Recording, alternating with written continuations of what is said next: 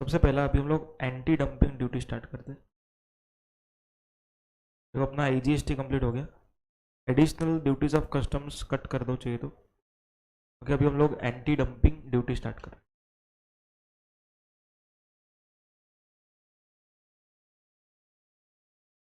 Exam में इसके ऊपर question possible. Okay, anti dumping duty. भी एंटी डंपिंग ड्यूटी कब लगता है पहले वो समझते। एक एग्जांपल लेते, मार्जिनल कॉस्टिंग से। याद है तुम लोग को, होगा ना एसपीओएम में। मार्जिनल कॉस्टिंग पास हो गए तुम लोग। ओके, अच्छा इजी था अभी दे दिया, अभी हार्ड हो गया। लॉ तो बहुत हार्ड हो गया ऐसा मैं सुना है।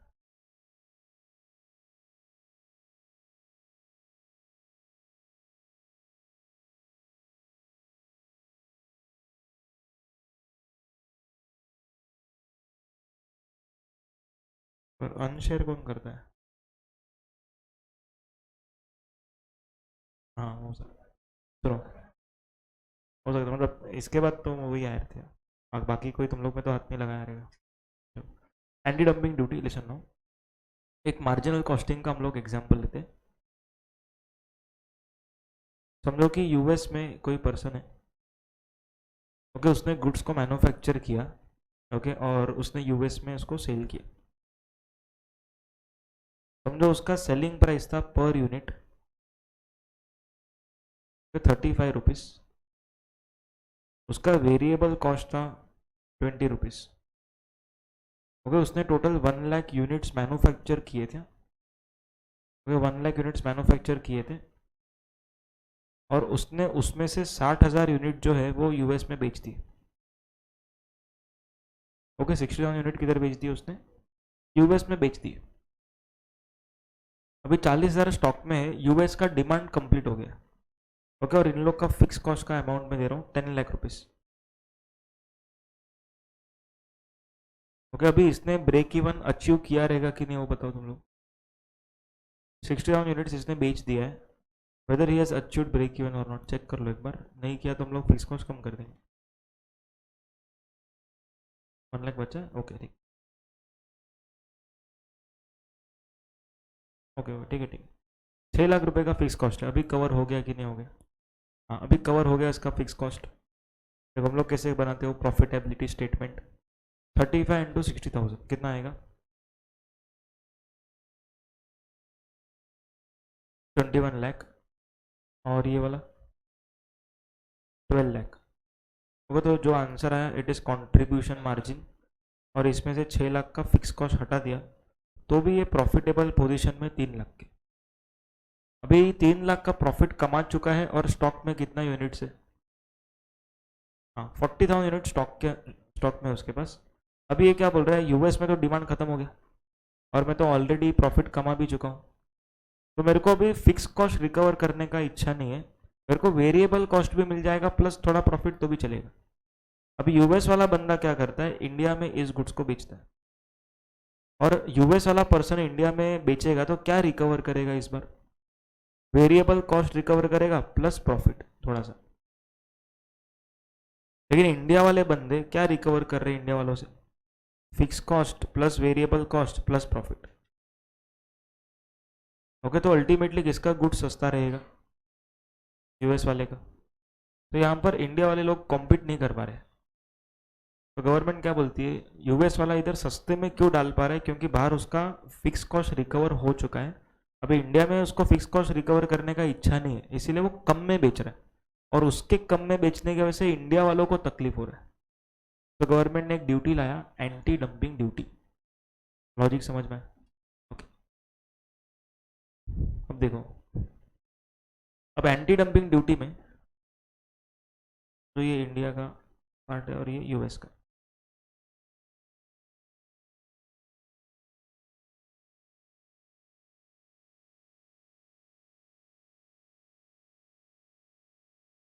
अभी गवर्नमेंट बोलता है ये जो प्रोडक्ट है वो ये पर्सन यूएस में क्या भाव पे बेच रहा था,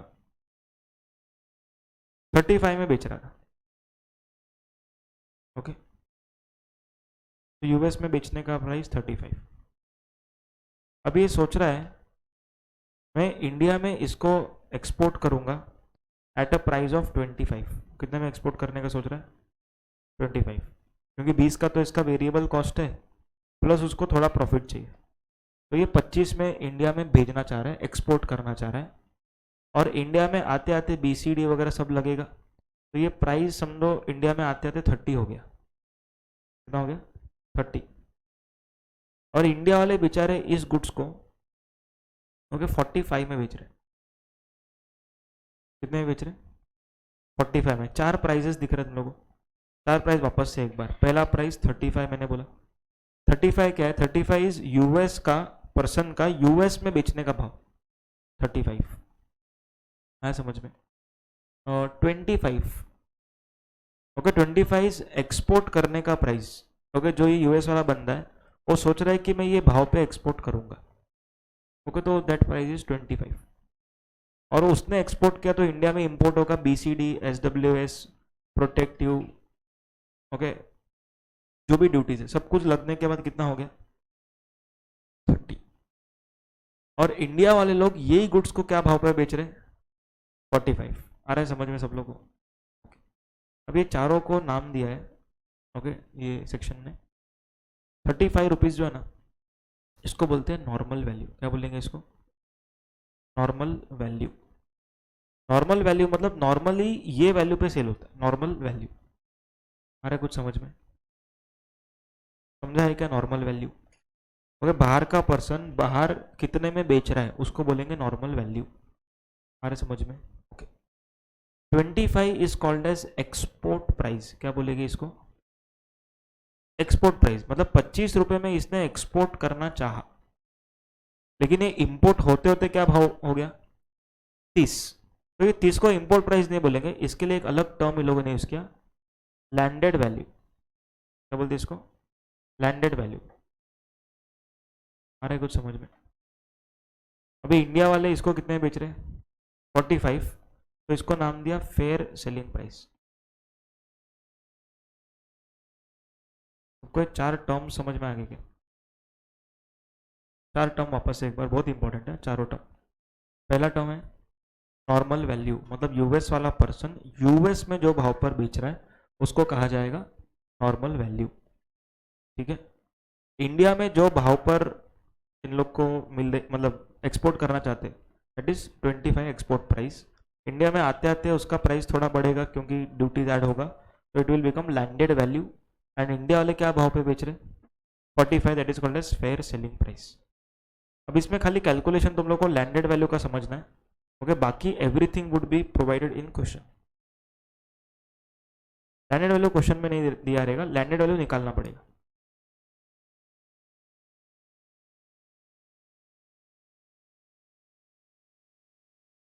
ओके लैंडेड वैल्यू देखो हम लोग क्या चीज का कैलकुलेशन कर रहे हैं? एंटी डंपिंग ड्यूटी का।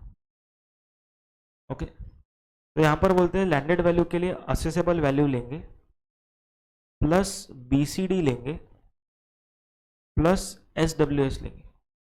ओके तीन चीज लेंगे। क्या क्या लेंगे? Accessible value, BCD and SWS। अभी नीचे क्या ऐड करते हैं नॉर्मली? प्रोटेक्टिव ड्यूटी मतलब एंटी डंपिंग ड्यूटी नीचे ऐड करते हैं। तो जब हम लोग वही निकाल रहे तो उसके पहले का ही हम लोग को लेना पड़ेगा।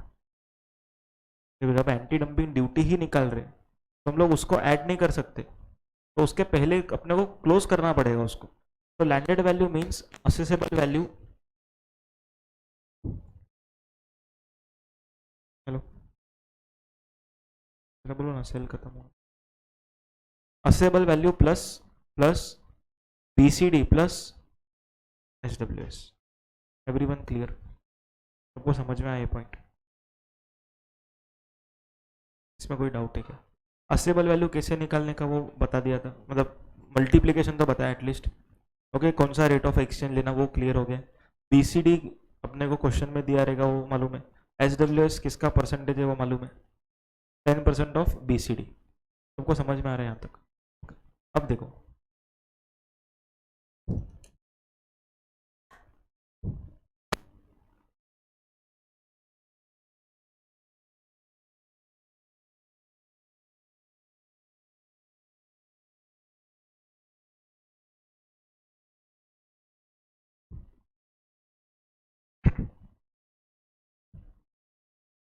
अभी यूएस वाला पर्सन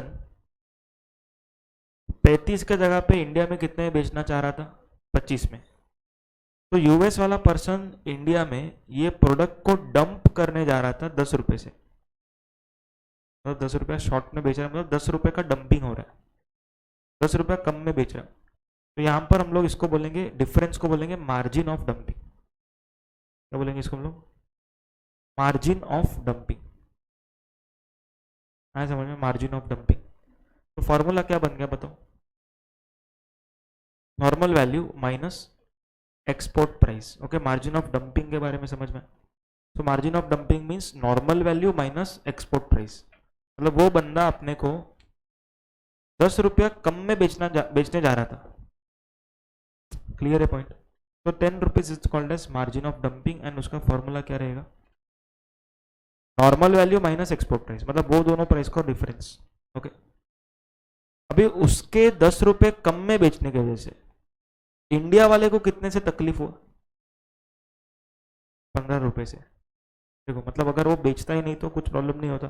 अभी वो 10 रुपए से तकलीफ देने जा रहा था, बट उसके वजह से इंडिया वाले को तकलीफ कितने का हुआ, 15 रुपए का तकलीफ हुआ। सबको समझ में आया। तो गवर्नमेंट क्या बोलता है, देखो गवर्नमेंट का लॉजिक एकदम सिंपल है। उसने कितने का कोशिश किया तकलीफ देने का, 10, लेकिन आपको कितने का तकलीफ हो गया, 15। मतलब आप खुद भी इनएफिशिएंट हो। पॉइंट समझ में आया। तो anti dumping duty would be lower of margin of dumping, and जो भी हम लोग कर रहे हैं उसका नाम है इंजुरी मार्जिन। ओके, जो 15 है इसको हम लोग क्या नाम देंगे, इंजुरी मार्जिन। इंजुरी मार्जिन मतलब एक्चुअल में हमको तकलीफ कितने का हुआ। फॉर्मूला क्या बन जाएगा बताओ, fair selling price minus landed value. Everyone getting the point. सबको लॉजिकली समझ में आ रहा है कि एक टर्म। अभी इसका उल्टा रहता तो क्या, देखो समझो मार्जिन ऑफ डंपिंग 15 रहता और इंजुरी मार्जिन 10 रहता। मतलब उसने कोशिश किया 15 से तकलीफ दो, बट आप लोग काफी एफिशिएंट हो तो आपको तकलीफ कितने का हुआ, 10 का। तो हम लोग 10 रुपया ही ड्यूटी लगाएंगे। पॉइंट समझ में आया क्या। सो एंटी डंपिंग ड्यूटी का फाइनल फॉर्मूला क्या बन जाता है, देखो anti dumping duty is equal to margin of dumping और injury margin which ever is lower. Higher नहीं बोलना है, क्योंकि हम लोग को हमेशा ध्यान में रहता है कि ड्यूटी मतलब which ever is higher, but इधर लॉजिकली सोचेंगे तो which ever is lower. Everyone clear.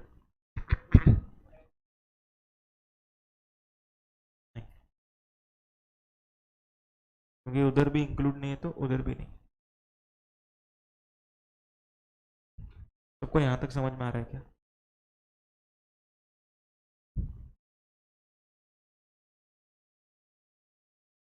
बोलोगे बुक में क्वेश्चन भी है क्या, या क्वेश्चन का अलग है, इसी में है ना, ठीक है ठीक। अब सुनो, अगर मान के चलो ये जो बंदा है जो यूएस से इधर भेज रहा है, वो यूएस में सेल ही नहीं कर रहा है ये प्रोडक्ट। क्योंकि यूएस में सेल ही नहीं करता है, उसने बनाया है बट यूएस में सेल नहीं कर रहा है, वो एक्सपोर्ट करता है 35 में एग्जाम्पल, और इंडिया में बेचना चाहता है 25 में।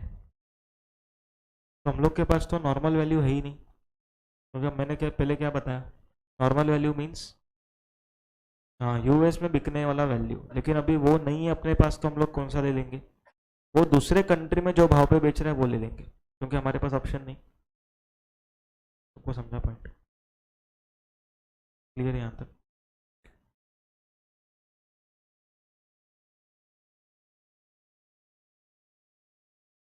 क्वेश्चन में देंगे चल, हाँ मालूम रहेगा।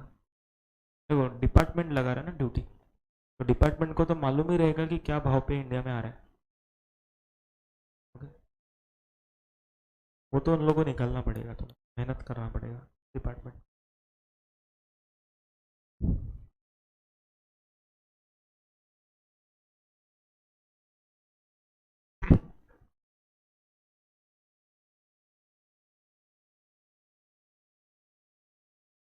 तो आप बोल रहे हो कि यूएस का प्राइस क्यों लिया।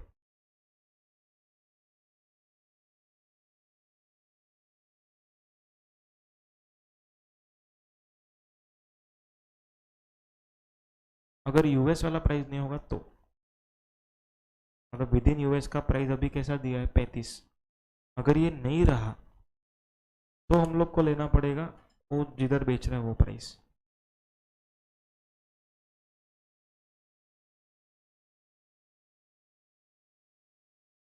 वो लेंगे लेकिन वो कब लेंगे जब वो सिर्फ इंडिया में ही बेच रहा है, ना ही उसका एक्सपोर्ट है ना ही कुछ है। तो एंटी डंपिंग ड्यूटी का कैलकुलेशन क्लियर हो गया? Anyone having any doubt in calculation?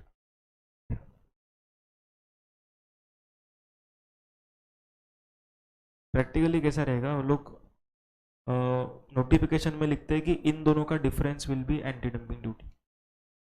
Notification आता है, नोटिफिकेशन क्लियरली लिख देगा कि इन दोनों का डिफरेंस को हम लोग एंटी डंपिंग ड्यूटी बोलेंगे। फिर वो लोग ना ये कैलकुलेशन में जाएंगे ही नहीं।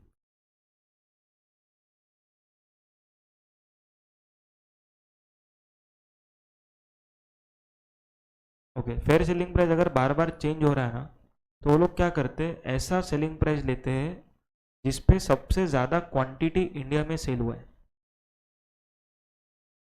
समझो लैपटॉप इंडिया में 50,000 रुपीज़ पे ज़्यादा क्वांटिटी सेल हो रहा है at as compared to 40,000। Okay, क्योंकि 40,000 में लोगों को लग रहा है कि कुछ भी लैपटॉप रहेगा, थोड़ा हाई एंड लेते, तो 50,000 पे ज़्यादा सेल हो रहा है, तो 50,000 will become fair selling price. मैं समझ में क्लियर है यहाँ तक? ओके, अभी एंटी डंपिंग ड्यूटी कितने टाइम के लिए लगेगा, ओके उसका वो सब हम लोग समझ लेते। वो तीन चीज़ हम लोग को सीखना है, एक तो ड्यूरेशन, एक होता है प्रोविजनल लेवी, एंड एक होगा रिट्रोस्पेक्टिव लेवी।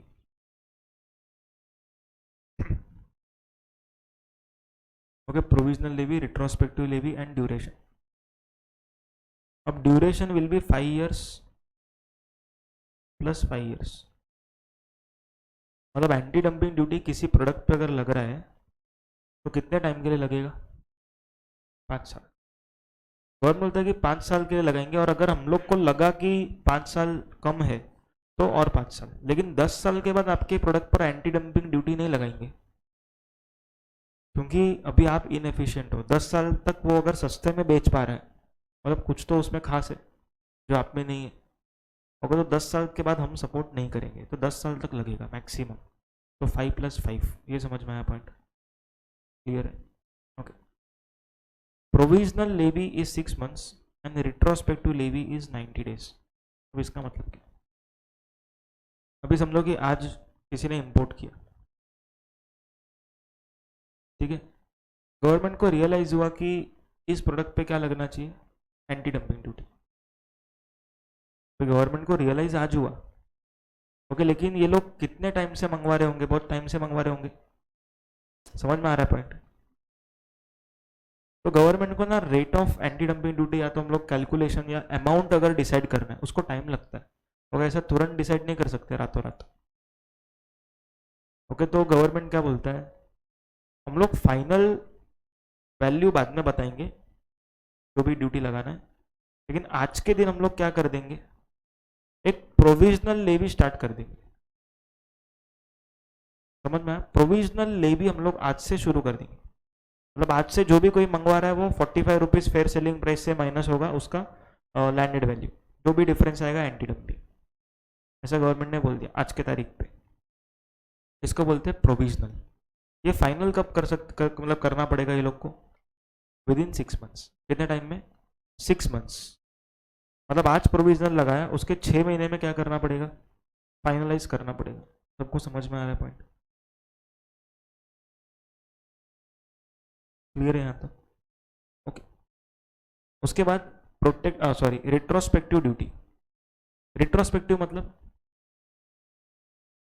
जब गवर्नमेंट को आज मालूम पड़ा कि ये लोग ये कर रहे हैं, लेकिन पिछले 90 दिन से भी ये लोग अगर कर भी रहे होंगे तो government has power to levy anti dumping duty. मतलब जो लोग पिछले 90 दिन में इंपोर्ट कर चुके हैं उन लोग को भी क्या भरना पड़ सकता है, एंटी डंपिंग ड्यूटी। आ रहा है कुछ समझ में? अब सुनो इंपॉर्टेंट पॉइंट, अगर इन लोगों ने प्रोविजनल लेवी से लगाया था ₹30 एग्जाम्पल, प्रोविजनल लेवी इतना था, फाइनल करने के टाइम पे 40 आ गया आंसर।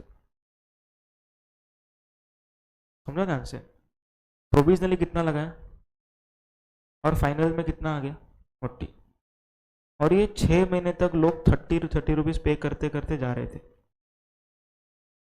6 महीने तक लगा सकते ना प्रोविजनल, तो 6 महीने तक लोगों ने कौन सा ड्यूटी लगाया, क्या रेट पे किया, 30 रुपीज पे करते गए पर यूनिट एग्जाम्पल। और बाद में डिपार्टमेंट को रियलाइज हुआ कि नहीं नहीं यार, हम लोग ने तो गलती कर दिया, 40 बोलना चाहिए था।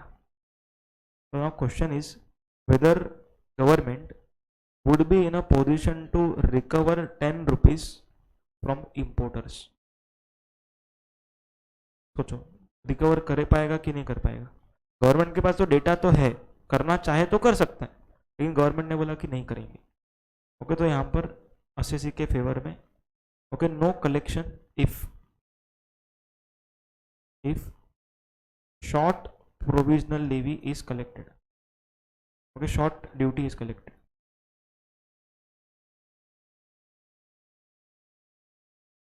अब देखो, इसका उल्टा सोचो अभी, अब तुम लोग खुद से आंसर करना, इसका उल्टा सोच के।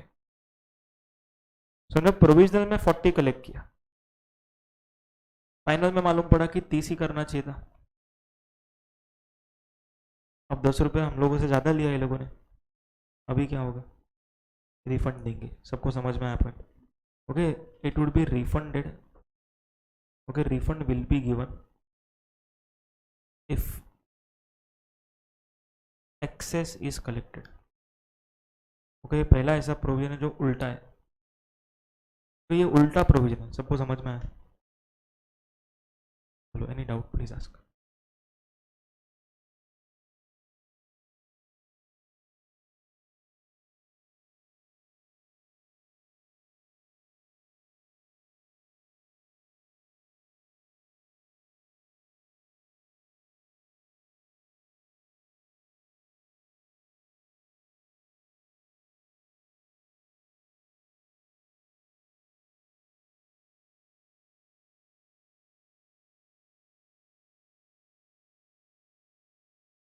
समझा यहाँ तक?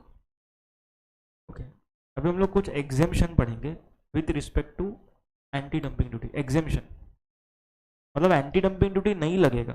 देखो, डंपिंग हो रहा है मालूम है, बट फिर भी एंटी डंपिंग ड्यूटी नहीं लगेगा। ओके, बाद में लिखो, इधर देखो, समझो ये इंडिया। ओके, से this is special economic zone. ये क्या है? स्पेशल इकोनॉमिक जोन है, ठीक है। तो ये यूएस है, तो यहाँ पर एसईजेड या तो ईओयू, दोनों में से कुछ भी चलेगा। अभी इन लोग का मेन काम क्या रहता है, जल्दी बताओ। वेरी गुड, एक्सपोर्ट करना इनका मेन काम है, ठीक है। अभी इन लोगों ने कुछ प्रोडक्ट को इंपोर्ट किया, ठीक है, इन लोगों ने कुछ प्रोडक्ट को इंपोर्ट किया। ये प्रोडक्ट पे एंटी डंपिंग ड्यूटी है क्योंकि सस्ते में आ रहा है, गवर्नमेंट को मालूम है। बट गवर्नमेंट क्या बोलता है, अगर एसईजेड इंपोर्ट करेगा ना तो एंटी डंपिंग ड्यूटी नहीं लगाएंगे। क्यों नहीं लगाएंगे? क्योंकि इसका काम क्या है, एक्सपोर्ट करना। तो गवर्नमेंट चाहता है कि ये लोग प्रॉफिट ज़्यादा कमाए। देखो, अगर ना ये लोग इंडिया की मार्केट खराब कर रहे होंगे ना तो गवर्नमेंट लगा देगा। तो गवर्नमेंट का इंटेंशन क्या है, एंटी डंपिंग ड्यूटी लगा के इंडिया का मार्केट खराब नहीं होना चाहिए। अब ये लोग तो इंडिया की मार्केट में बेच ही नहीं रहे। समझ में आ रहा है क्या पॉइंट तुम लोग? कुछ लॉजिक। अगर एसईजेड ने इंपोर्ट किया, वो अगर इंडिया में बेचेगा तो लगेगा, लेकिन अगर उसका काम क्या है, एक्सपोर्ट करना, तो नहीं लगेगा। समझा क्या पॉइंट? क्योंकि ये लोग ये नहीं चाहते कि एसईजेड का कॉस्ट बढ़े, क्योंकि एसईजेड अगर कॉस्ट बढ़ाएगा ना खुद का, तो सेलिंग प्राइस भी बढ़ाएगा और उसका सेल ही नहीं होएगा फिर। तो गवर्नमेंट का लॉजिक क्या है कि ये लोग को अगर ड्यूटी भरना पड़े तो ये लोग का प्रोडक्ट कोई खरीदेगा नहीं। तो therefore if goods are imported by, okay, imports by SEZ और EOU, okay, no anti dumping duty is applicable. आपको समझ में आया? क्लियर यहाँ तक?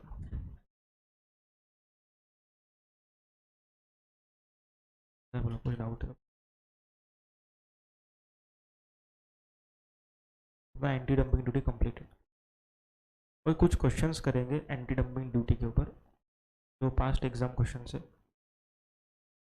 तो तुम लोग ऐसे चुटकी में कर लोगे।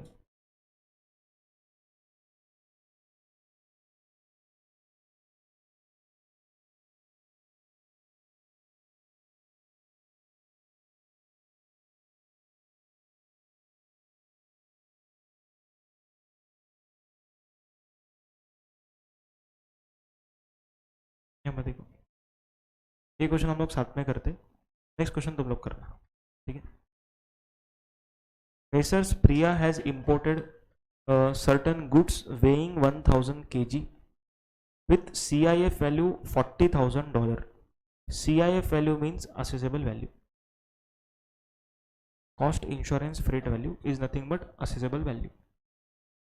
$40,000 में इंपोर्ट किया, कितना kilo? 1000 kilo. Exchange rate was $45, 45 rupees per dollar. BCD 10%, SWS 10%। क्यों दिया रहेगा ये information? Very good, okay. Landed value calculation के लिए आ रहा है समझ में यहाँ तक? अब देखो आगे। As per notifications issued by central government, ADD has been imposed on such goods. In terms of notifications, ADD shall be the difference between amount calculated at USD 60 per kg, bracket में दे भी दिया है, fair price नहीं देते तो भी समझ में आ जाता, एंड लैंडेड वैल्यू। तो फेयर प्राइस कितना है? 60। अभी सबसे पहले हम लोग क्या करेंगे, ओके, फेयर प्राइस के हिसाब से रुपीज में निकालेंगे। कितना किलो इंपोर्ट किया? 1000 kg। Fair selling price India में लोग कितने बेच रहे हैं? कितने बेच रहे हैं? 60 क्या? डॉलर, $60। अभी इसको रुपीज में करेंगे 45। तो इंडिया में ये लोग बेच रहे हैं ये भाव पे, निकालो 27 लाख। ये समझ में आया सब लोगों को? क्लियर है? तो ये अपना एक फर्स्ट एलिमेंट मिल गया, it is fair selling price. अब हम लोग को लैंडेड वैल्यू निकालना है, फॉर्मेट असेसेबल वैल्यू कितना है बोलो? $40,000 है, तो उसको रुपीज में लेके आओ। हाँ, 40,000 into 45 which is nothing but 18 lakhs. इसमें हम लोग ऐड करेंगे BCD, क्या रेट दिया? 10%, तो 1.8 लाख। SWS कितना आएगा? 10%, that is 18,000। So total will be 19,80,000। नहीं, कितना? 19,98,000। सबको समझ में आया? तो ये हो गया अपना लैंडेड वैल्यू। तो अपने को क्या करना है? Difference between fair price and landed value, तो इसमें से माइनस कर लो अभी। 19,98,000 सबको समझाया गया? 7,02,000। Everyone clear with this? Any doubt please ask. तो गो थ्रू करो, वैसे ही क्वेश्चन तुम लोगों को अगला करना है।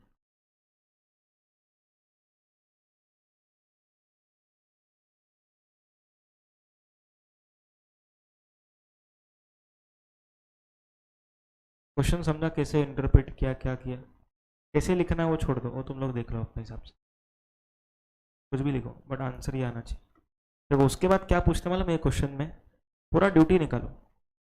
अभी क्या करेंगे हम लोग?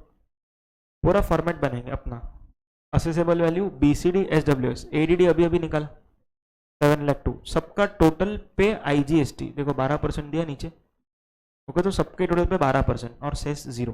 तो जो फॉर्मेट तुम लोगों ने बनाया था ना, वो फॉर्मेट में इसको पेस्ट करना है। मतलब पहले ADD निकालना है और फिर वो फॉर्मेट में जिधर ADD है उधर डालना है उसको। सबको समझा? 27 लेके आएगा क्योंकि उसका ही डिफरेंस लिया। समझा सब लोग? पक्का क्लियर है क्या? नेक्स्ट क्वेश्चन कर पाओगे? हाँ।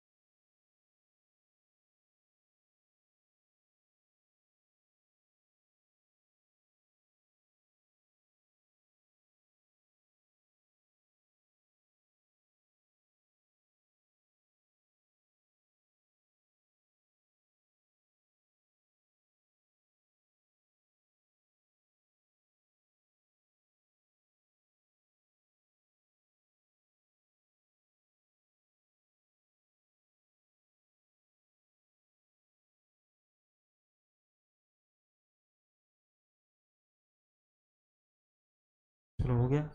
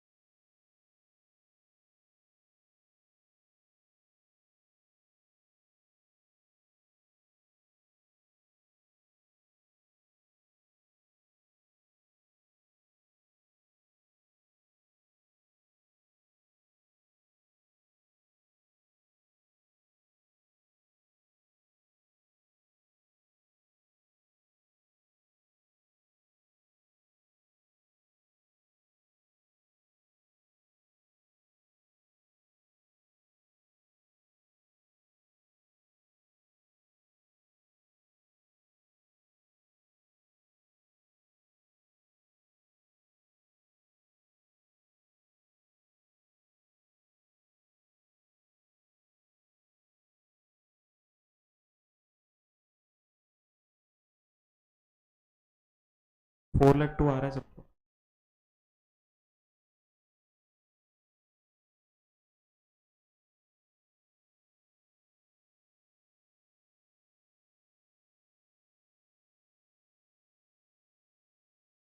नहीं है ना?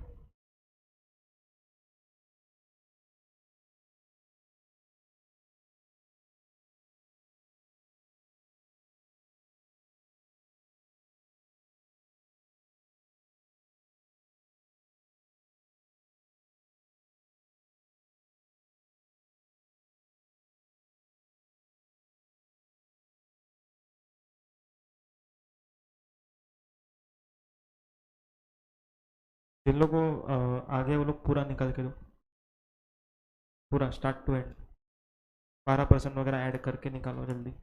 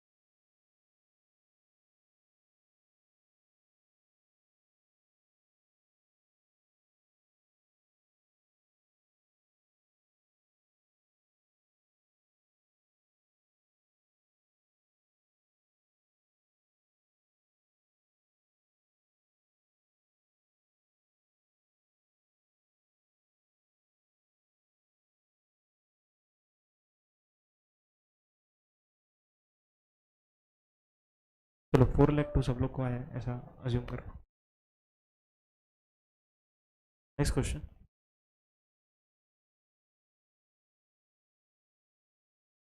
ये वाला ट्राई कर पाओगे? नहीं, एक काम होता है मैं करता हूँ, नेक्स्ट वाला तुम लोग ट्राई करो, ठीक है।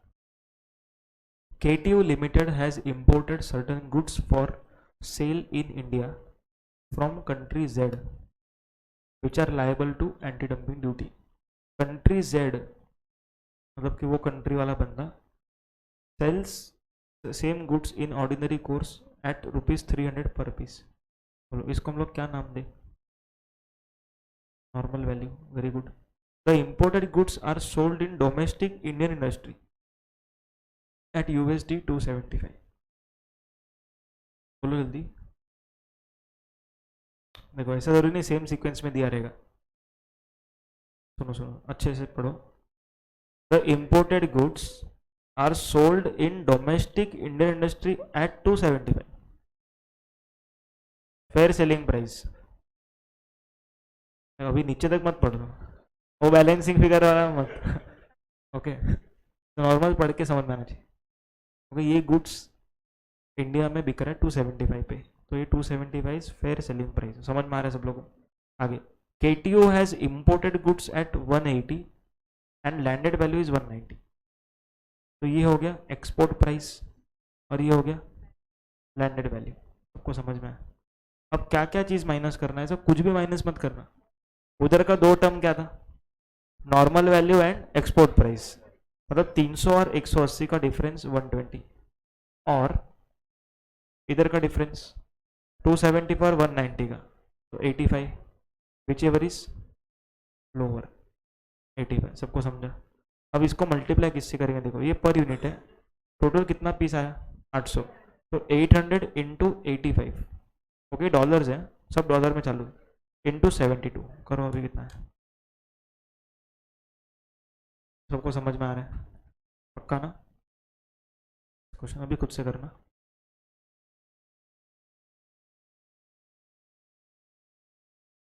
चलो स्टार्ट।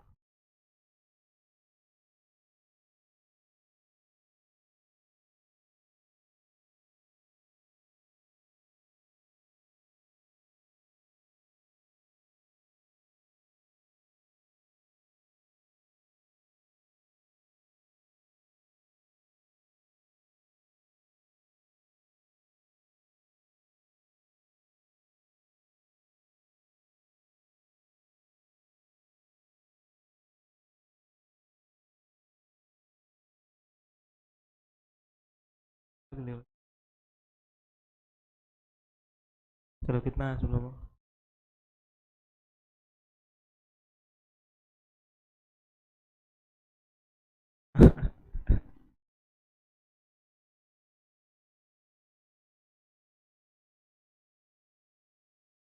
3750 आ गया सब लोगों को? कैसे आया देखो अभी। Country X does not sell this goods in domestic market, तो हम लोगों ने क्या देखा था, अगर वो खुद के कंट्री में नहीं बेचेगा तो दूसरे कंट्री का ले लेंगे, तो 200 क्या रहेगा अपना normal value. Okay, printed circuit board is sold in domestic industry at 175, fair selling price 175। PCB has imported at 100 and landed value is 125। Okay, तो पी थर्ड वाला पॉइंट जो है वो क्या है? Export price. फोर्थ वाला जो पॉइंट है it is landed value. Clear है यहाँ तक? तो किस किस का डिफरेंस लेंगे? 1 एंड 1 एंड 3 का डिफरेंस लेंगे, और 2 एंड 4 का, which ever is lower. 50 lower आएगा, 50 इंटू कितना यूनिट्स है? 1000 इंटू 75। क्लियर है point? It is online 50, 6 mark question, 6 mark का क्वेश्चन, November 20 एग्जाम। कोविड क्या क्या 6 साल आएगा वापस, हिस्ट्री रिपीट्स।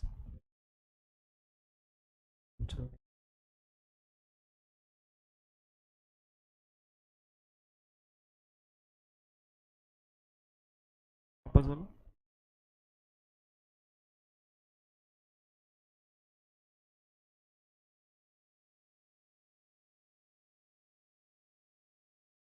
हो सकता है मैथमेटिक्स से हो तो कर सकते। तो नेगेटिव आएगा तो वो लोअर होगा ऐसा।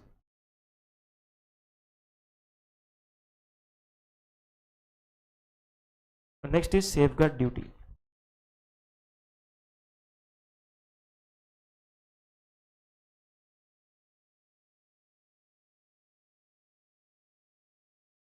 ओके, सेफ गार्ड ड्यूटी पढ़ रहे हैं अभी सेफ गार्ड ड्यूटी का मैंने रीज़न आपको बताया था। क्या रीज़न था? हाँ, ज़्यादा क्वांटिटी में इंपोर्ट हो रहा है which is causing injury to Indian industry. Okay, देखो ज़्यादा क्वांटिटी में इंपोर्ट हो रहा है बट इंडिया में बन ही नहीं रहा है वो, तो कोई इशू है क्या गवर्नमेंट को? नहीं, कोई इशू नहीं, उल्टा बिंदास मंगाओ, क्योंकि इंडिया में बन ही नहीं रहा है तो आने दो। लेकिन इंडिया में ज़्यादा क्वांटिटी आने की वजह से अगर इंडिया वालों को तकलीफ हो रहा है तो फिर क्या लगाएंगे? Safe guard duty. ओके, अब देखो, तो सेफ गार्ड ड्यूटी का रीज़न समझ में आया। Increased imports. Okay, increased imports होना चाहिए plus causing injury to Indian industry.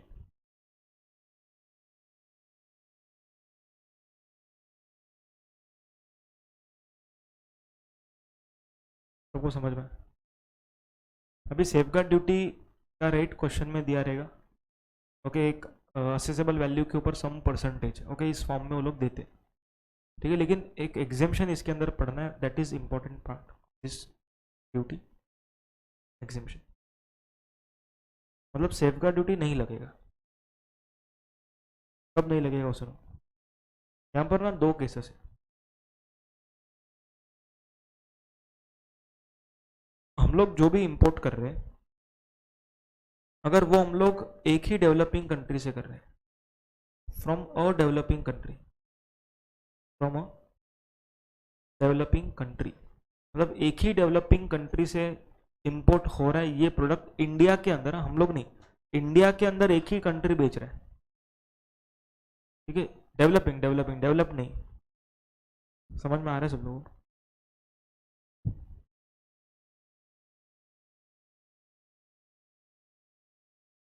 तो इंडिया में एक डेवलपिंग कंट्री इसको बेच रहा है, डेवलप बहुत सारे बेच रहे होंगे लेकिन डेवलपिंग एक ही।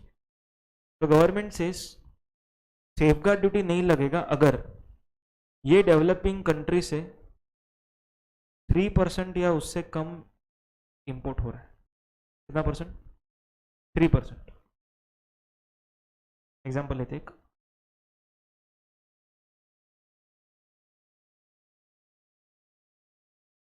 समझो चॉकलेट्स।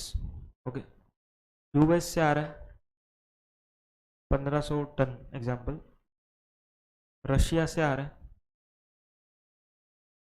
2000 टन, और डेवलप कंट्री बोलते जाओ फटाफट। अफ्रीका डेवलप्ड है क्या? ओके, मेरा जोग्राफी हुई थी। हाँ, चाइना डेवलपिंग है वो मेरे को मालूम है। हाँ, जापान, डोरेमोन तो 500, जापान में तो डोरेमोन ही आता। जर्मनी, यूके तो 800 क्वान्टिटी, यूके भी आते 500। कोई टोटल करो कितना आ रहा है, ये सब डेवलप्ड है।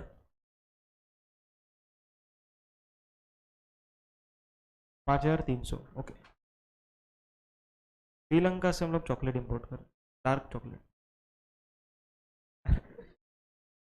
डार्क चॉकलेट खाया नहीं ना लोगों ने? कुछ नहीं, चलो, डार्क चॉकलेट अच्छा मिलता है उधर, हम लोग इम्पोर्ट कर रहे हैं 100 क्वान्टिटी। मैंने नहीं खाया। मेरे को बहुत कड़वा लगता है। नहीं नहीं नहीं, चलो, सब समझ रहा हूँ मैं, चलो चलो। अभी टोटल बताओ इसका कितना, 5400। ओके, अभी 5400 इंटू 3% करने आ रहा है 162।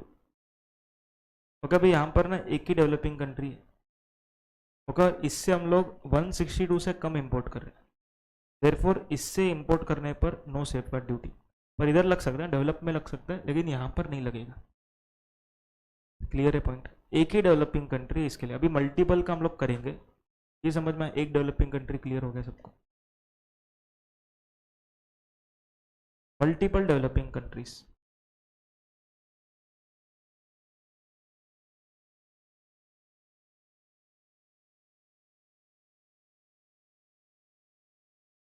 ओके, अभी जैसे तुम लोगों ने बहुत सारे डेवलप कंट्री का नाम लिया ना, वैसा ही डेवलपिंग कंट्री का नाम लो।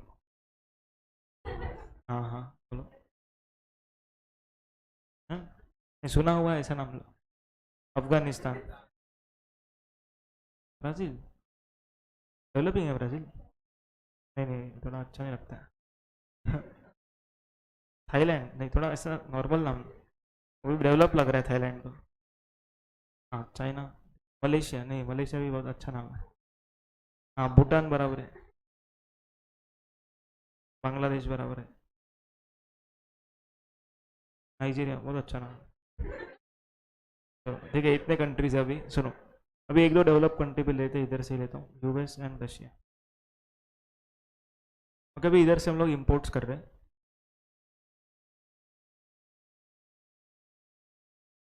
सुनो सुनो, लोग को इंश्योर करना है कि इसका टोटल से 6,000 आना चाहिए।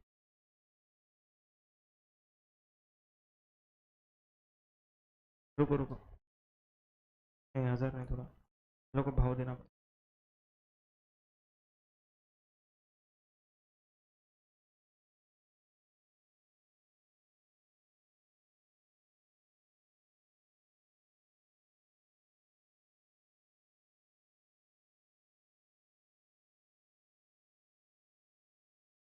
हाँ, यूएस से अभी 3,800। चलो अभी बैलेंसिंग फिगर बताओ फटाफट।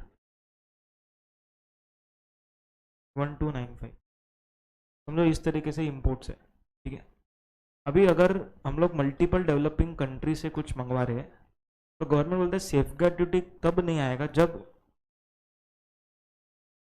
डेवलपिंग कंट्रीज से जो इम्पोर्ट हो रहा है, जिनका शेयर 3% से कम है, उनका टोटल शेयर 9% से कम होना चाहिए। सुनो आपस से। जो कंट्रीज का share less than equal to 3% है, वे उन सबका टोटल अगर 9% से कम रहेगा, ओके, तो नो सेफ गार्ड ड्यूटी। वापस एक बार, जो कंट्रीज का शेयर 3% से कम है, उन सब कंट्रीज का टोटल अगर 9 से कम है, तो no safeguard duty. Okay, अभी तुम लोग को परसेंटेज निकालना है फटाफट। फर्स्ट वन डेवलपिंग के लिए खाली, हाँ बोलो परसेंटेज बोलते जाओ। Percentage 150 divide by 6,000, 2.5%। अगला 3.33।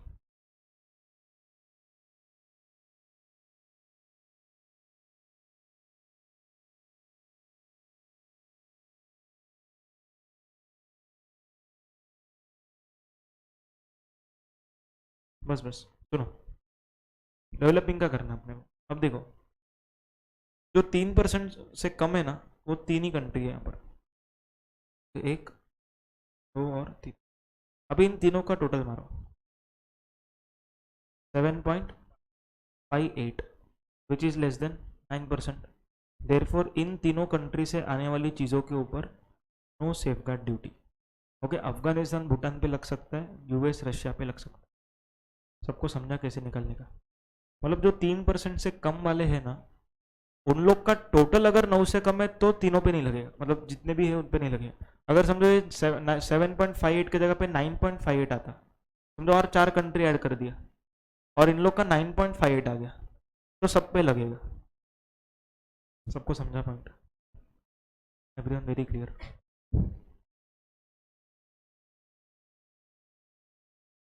पिछले साल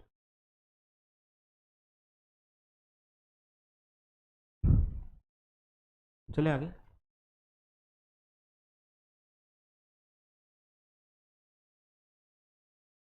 काफ़ी कवरेज किया। नहीं नहीं, पीडीएफ दे दो।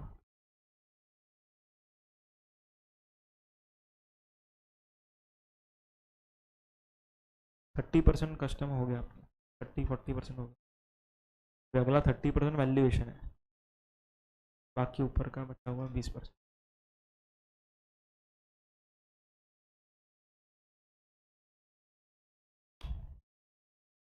इंटर को हफ्ते में 4 ही घंटा सिखाता, लोग का होने के बाद उनको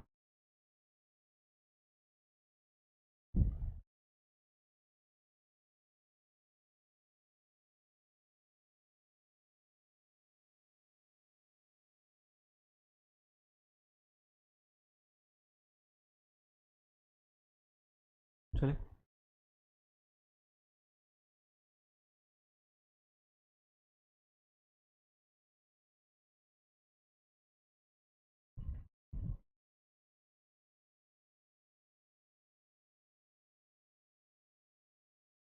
ये वाला लेक्चर सुन के मेरे को बताना कैसा लगा, वॉइस लास्ट वाला। पहला दो तो जैसा जूना सेटिंग था वही था, न्यू सेटिंग थर्ड लेक्चर से, मतलब थर्ड पार्ट जो तुम लोग को दिखेगा ना आज।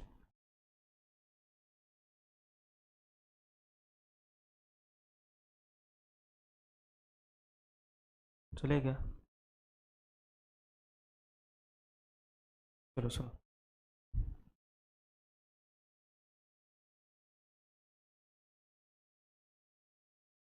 अभी 3 चीज़ पढ़ना है अपने को इसमें, duration of this levy, okay, retrospective levy and provisional. उधर प्रोविजनल पहले लिखा था क्या? Provisional levy and retrospective, retrospective नहीं है, रिट्रोस्पेक्टिव ही नहीं, ओके। प्रोविजनल है for 200 days, as good as 180, मतलब 6 months। उधर कितना था? 6 महीना था, इधर कितना है? 200 days। एंड ड्यूरेशन इज 4+4+2, मतलब 10 years ही है, बट ईच टर्म के नॉट एक्सीड 4 years। मतलब 4 साल के लिए एक साथ लगेगा, उसके बाद फिर वापस लगेगा तो 4 साल, और ओवरऑल पीरियड के नॉट एक्सीड 10 years। तो बाय डिफॉल्ट ये कैसा बन जाएगा? 4+4+2। आपको समझा? बाकी एग्जेम्पशन रिमेन सेम। क्या एग्जेम्पशन था? एक और एग्जेम्पशन पढ़ाया था एंटी डंपिंग ड्यूटी में। हाँ, अगर एसईजेड या तो ईओयू ने परचेज किया तो no anti dumping duty and no safeguard duty. सबको समझ में आया पॉइंट? कुछ क्वेश्चंस करेंगे, फिर आज के लिए इतने। क्या क्या? Same same same everyone. Collection वाला भी सेम ही है, अगर ज़्यादा कलेक्ट किया तो रिफंड दे देंगे, कम कलेक्ट किया तो नहीं लेंगे। Okay same. तो लगेगा। हाँ, क्योंकि कभी भी एसेट से गुड्स रिमूव होता है ना, तो अपने को इंटीमेट करना पड़ता है क्या गुड्स रिमूव हुआ, खरीदने के टाइम पे बताना पड़ता है, तो वो ट्रैक करते हैं। चलो कुछ क्वेश्चंस करेंगे, हो गया लिख के?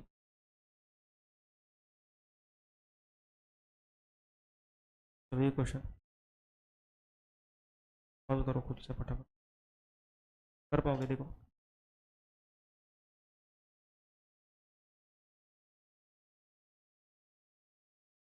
3% क्वांटिटी का, ओके, लेकिन अभी के लिए वैल्यू, क्योंकि क्वेश्चन में इतना डिटेल नहीं रहेगा।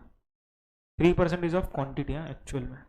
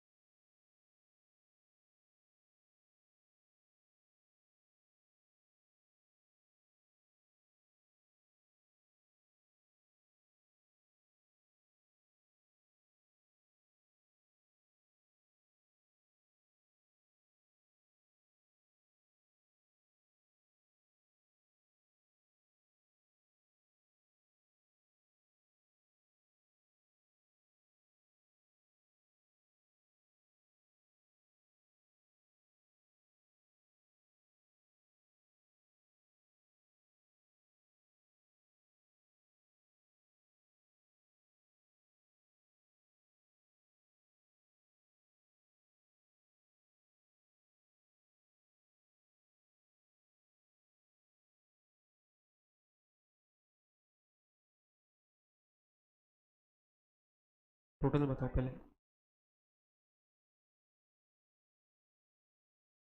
परसेंटेज में बताओ। हाँ 6.88 आया सब लोगों को। देखो क्या करना था अपने को, डेवलपिंग जिसका 3 से कम है, मतलब 75 से कम, क्योंकि 2,500 टोटल है, 2,500 का 3% 75, तो 75 से कम जो लोग हैं उन सबका टोटल मारना था आपको, मतलब एक्स, जेड एंड ए, तो ये तीनों का टोटल है 6.88, तो नो सेफ गार्ड ड्यूटी। समझ में आया?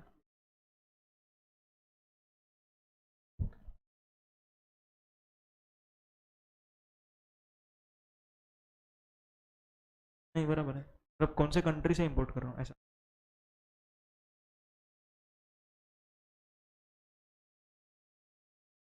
हाँ ये वाला करो। सेम नहीं है, सेम नहीं है, नहीं तो मैं बोलता ही नहीं, करो तो समझ में आए।